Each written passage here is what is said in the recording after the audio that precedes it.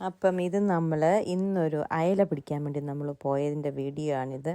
ഞങ്ങൾ ആക്ച്വലി പോയത് അവിടെ സീബാസിനെ പിടിക്കാൻ വേണ്ടിയായിരുന്നു. പക്ഷേ അവിടെ ചെന്നപ്പം നമുക്ക് കാണാമായിരുന്നു അയലകൾ കൂട്ടം കൂട്ടമായിട്ട് വരുന്നത്. അപ്പം തന്നെ ഞങ്ങളതിൻ്റെ സീബാസിൻ്റെ പ്ലാൻ മാറ്റി അയല പിടിക്കുക. ഇത് കണ്ടോ, 3-4 ഒരുമിച്ച് ഒരു വലയല്ലോ ചൂണ്ടയിൽ ഉടക്കി. ഭയങ്കര രസമാണ് കേട്ടോ ഈ മാക്രൽ ഫിഷിങ്. നമ്മുടെ നാട്ടിലെ അയല ഭയങ്കര രസമാണ്. ഇടുക എടുക്കുക.